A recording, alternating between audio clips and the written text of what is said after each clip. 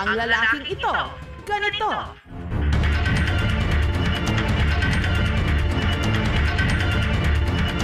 Sunod-sunod na nagba-backflip sabay split. Ang pagtatumbling kasi ang inaasahan niyang tutupad sa kanyang mga pangarap. Siya ang pambato ng Panabo City sa Davao del Norte, ang 26 anyos na si Gerald.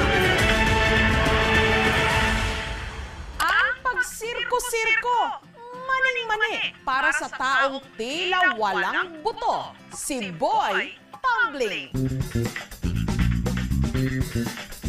Parang laro lang sa akin yung mga ginagawa ko. Malaki kasi yung loob ko, ma'am. Pag gumagawa po kasi ako ng mga tricks, ma'am, hindi ka po pwedeng magpadaig sa kaba po. Kasi minsan yung kaba po yung dahilan para madisgrasya ka po.